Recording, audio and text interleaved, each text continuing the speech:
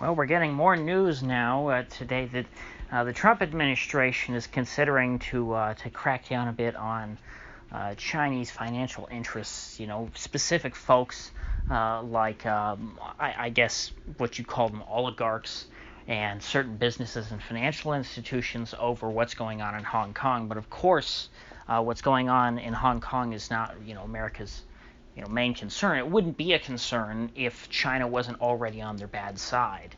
This really has a lot to do with the virus and the fact that there's a lot of popular resentment right now in the United States against China, and so therefore the Hong Kong thing offers a very good opportunity.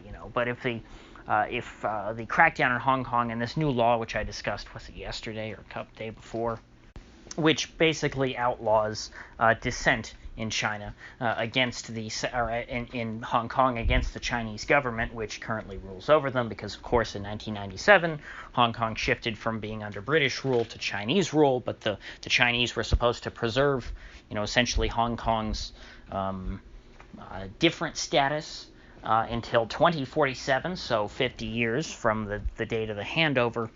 And even though you would think that the UK would be the one getting upset about this, since the deal that China made to protect Hong Kong's relative independence is the wrong word, because it wouldn't be political independence, but their differences from mainland China.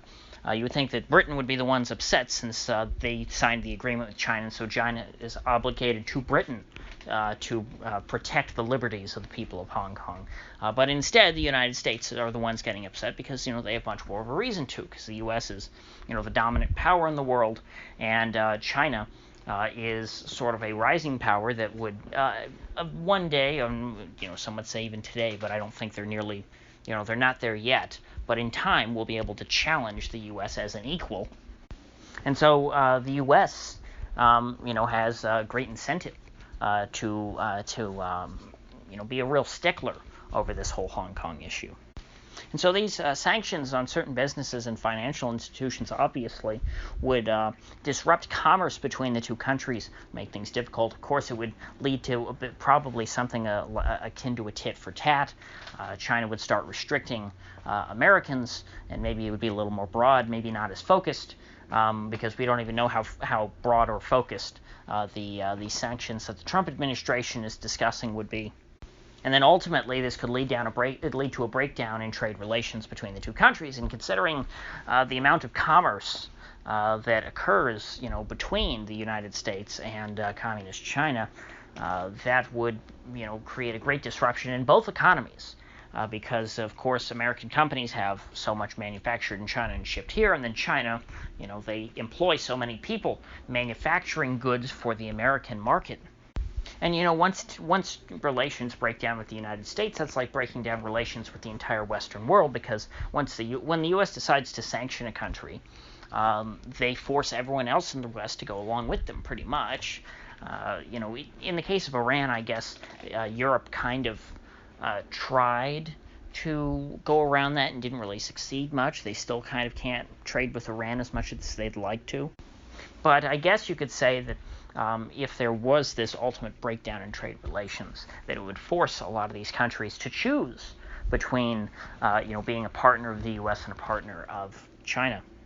I've been skeptical that any of this could happen, because of the sheer volume of trade and the importance to both economies. I can't see either side ever wanting to stoop to this level to disrupt that in any real way. Maybe scare the other side, sure, but never quite get to the point to where they actually had to reorient supply chains from a sudden break. But of course, this whole Wu flu pandemic early on, one of the big fears was that with all this, even before we were worrying about it in the rest of the world, if there's some big epidemic in China, well then, and China's not able to produce as much, then that's going to disrupt global supply chains, because so many products, even if they're not entirely manufactured within China, have parts from China. And so all these things that are made in China and things that use components that are made in China their production would be put on hold. Now, so far, it seems as though the supply chains, while they've been slowed, haven't broken down entirely. When it comes to the Trans-Pacific trade between mainly the U.S. and China. Sure, a lot of these factories are running behind, but they are back up and running, and they are attempting and fulfilling orders. But some people are tying the sudden pullback in the massive rally in stocks today to this news about what's going on with China. And if you look at the report from Bloomberg and many of these other sites, it's not that they're reporting anything too new, because this is just more rumors about the same thing. It's basically what I talked about with Hong Kong, a couple days ago, that, hey, this is a flashpoint between the U.S., and the U.S. is trying to make a stand here when it comes to Hong Kong, and they want to do something to punish China. It's the same story, but why are they getting more worried now? Well, I happen to be talking to a business person that I know who deals with China. And what folks who run in those circles have been talking about is that essentially the word has been, sort of been feeding down the food chain that the status quo when it comes to trade relations with China may very soon change in a very real way. And so a lot of people who have been able to are not placing any new orders with Chinese factories, and they're shifting production out of China actively into other countries in Asia, like India or Vietnam. I would imagine those are, and Indonesia. Those are the big competitors right now to China. Of course, Bangladesh when it comes to very primitive manufacturing. But this is not a process that happens overnight. But the fact that, at least this is what I'm hearing, it's hard to without, I can try and consult other sources.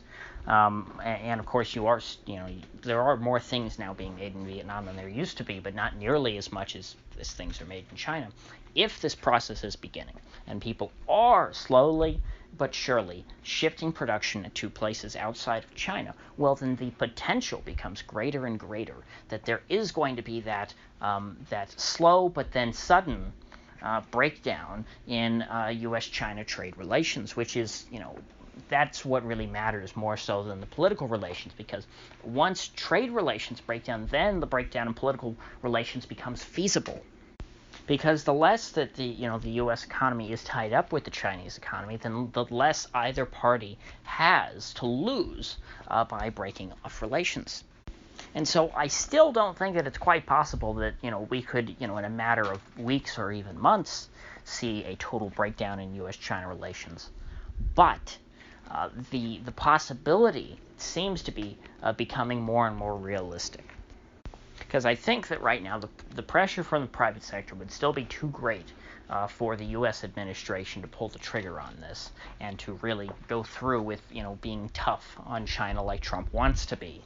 That's why, we've seen a lot of tough talk from the Trump administration on China, but not a lot of action, because they don't have much room to act. So with that said, if you can get anything of value out of this video, I'd appreciate you clicking that like button and sharing this video. And if you haven't already, please do subscribe, because I do upload every day, and I'd hate to have you miss one. So I'll see you folks back here tomorrow.